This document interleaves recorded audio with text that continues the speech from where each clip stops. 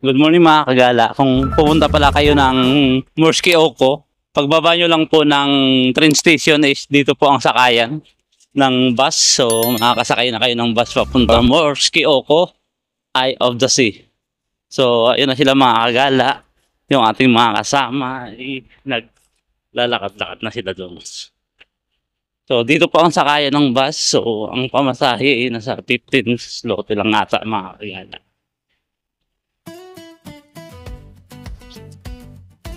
So after nun, sasakay tayo ng bus mga kagala is maglalakad po tayo ng siguro mga 2 hours or 3 hours mga kagala. So kita-kits tayo dun mamaya. Pag nandun na tayo sa pinakababa ng bundok ng Morsky Oko. Takay pupunta ka bayan, naliligaw po ata kayo. So ayan guys, kung dito makikita mo yung pangalan mo sa may sasakay papunta ng Morsky. Ayan o, Morsky Oko. So doon po tayo pupunta sa bundok na yan. So yan tayo. So 45 minutes.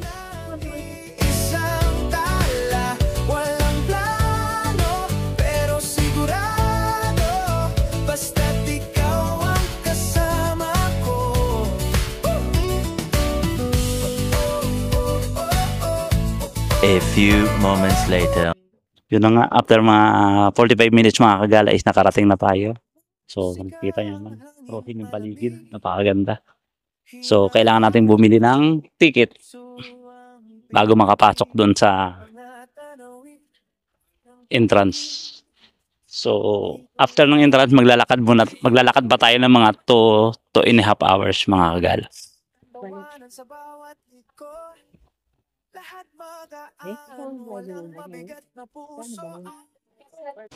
So mga kagala, ngayong winter siguro walang kabayo. Maglalakad tayo ng mga 3 hours bago natin marating yung Morsky Oko. O ihanda nyo na yung mga paapaan nyo dahil layo-layo yung lakarin. Mga kagala, so nasa 1/4 pa lang tayo ng ating paglalakad. So, yung unti-unti na kami nagkakahiwa-hiwalay dahil sa pagod. Ayun yung dalawa. Ito yung pangatlo, pang-apat. Si Mami malayo. Kanina magkakakumpul kami. Dahil sa sobrang pagod, unti-unti na kaming nagkakahiwa-hiwalay. At malamig pa. Nakita nyo naman meron akong gloves. Kasi kailangan mo mag-gloves pag gantong malamig. Baka anong tawag doon? Frostbite. Pag na-frozen to, may mga bakteryang papasok yung kamay mo. So baka putulin yan, doktor. Kailangan konting advice lang na kung punta kayo sa malamig na lugar. Kaya konting putol lang. Konting putol din lang daw. Hindi, joke lang, mag-gloves tayo ng makapal. So update namin kayo mamaya kung doon na tayo sa may pahingahan. At saka mga kagala, na wala rin pala yung mga toy-toy dito. Yung mga toilet nung summer meron. Ngayong sorry, okay? Mama Mia! Mama Mia! Ang dami nyo kasing dala. So update namin kayo mamaya pag doon sa may pahingahan kasi nasa 1/4 pa lang kami. At pagod na kami. 7 hours later.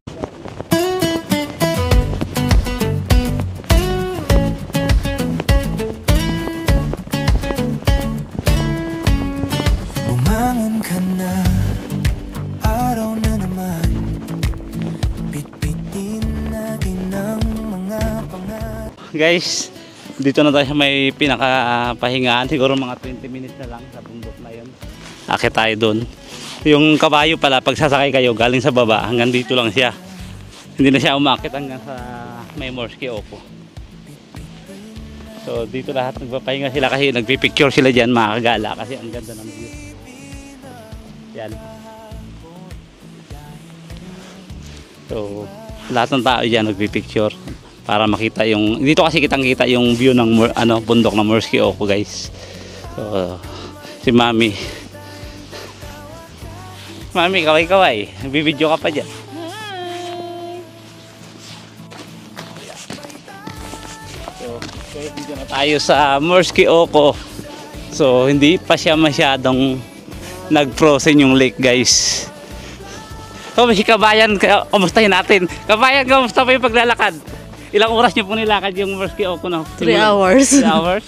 So di naman po kayo napagod, Kabayan? Hindi. Wala So lang. parang wala lang. So napaka-energetic po ni Kabayan, hindi po siya napagod sa paglalakad. So pakita ko sa inyo mamaya, saglit lang makagala pero mamaya ikot tayo dyan. Pag siguro sa January, yung mga ka-friend ko, sabi nagpo-frozen daw yung lake na yan. So, pero kahit hindi frozen, guys, napakaganda. Yan. So mga kagala, baba tayo. Baba tayo sa may lawa. Mami pababa na. So ingat lang kasi medyo madulas yung yelo. So, maganda kasi yan doon sa part sa pag malapitan mo yung lawa. Yung lake po.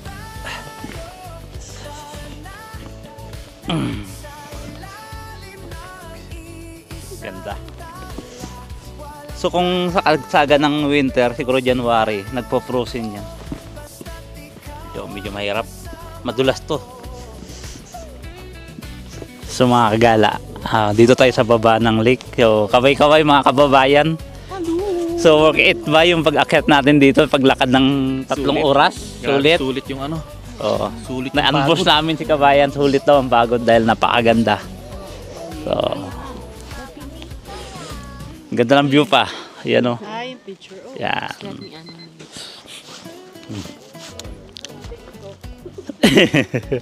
So, Kung Tagalog sabihin ko, hindi, wala.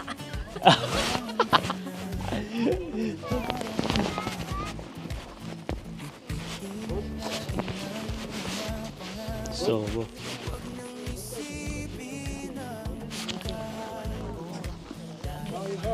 So mga kagala, pauwi na tayo, pababa na. Sobrang sulit, sulit ba guys? Sulit!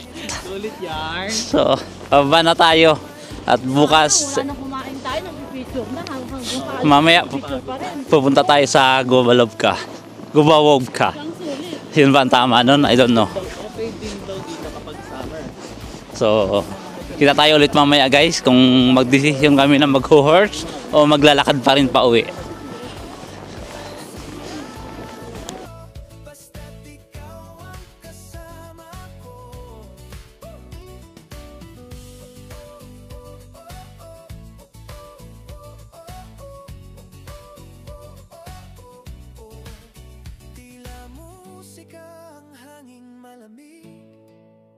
Hinahabol ng puso ang pintig, mga tanawin parang panaginip, dito lang. Pag ano na lang kami mga kagala at masakit na raw yung mga kaso-kasuan nila. So, napagdesisyon na namin na magkakabayo na lang daw. So, sakay na lang daw tayong kabayo kasi pagod na yung mga paa ng mga senior. Pagod na yung mga senior kaya nag-decide kami na mag-horse na lang daw. So, para makapunta pa sa isang ano, Guabovka? Gubalovka. Basta yun yun. So, sige. See you later guys. And sasakay kami ng horse.